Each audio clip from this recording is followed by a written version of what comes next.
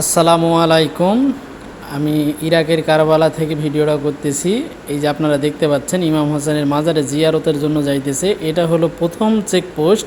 এখানে সবাইকে চেক করে করে ভিতরে প্রবেশ করতেছে এবং আপনার কাছে যদি ব্যাগ সামগ্রী থাকে সেইটাও চেক করতে হবে, কারণ সেইটাও চেকিং করবে। আপনারা যদি অবৈধ কোনো জিনিসপত্র মাজারে না নিয়ে যেতে পারেন। আর ছেলেদের চেকিং করার পাশে যে দেখতে পাচ্ছেন মহিলারা বের হচ্ছে, ওইটা হচ্ছে পর্দা দিয়ে ঘিরা আছে, ওখানে মহিলাদেরকে চেকিং করা হইতেছে এবং এমনভাবে চেক করতেছে যে কেউ যদি কোনো অবৈধ জিনিস না নিয়ে যাইতে পারে। এবং পাশ দিয়ে সুন্দরভাবে জায়গা রেখেছে, ইমার্জেন্সি গাড়ি ব্যতীত কোনো গাড়ি প্রবেশ করতে পারবে না ভিতরে। আমি যেই জায়গা থেকে ভিডিওটা করতেছি এখান থেকে মাজার 1.5 কিলোমিটার দূরে।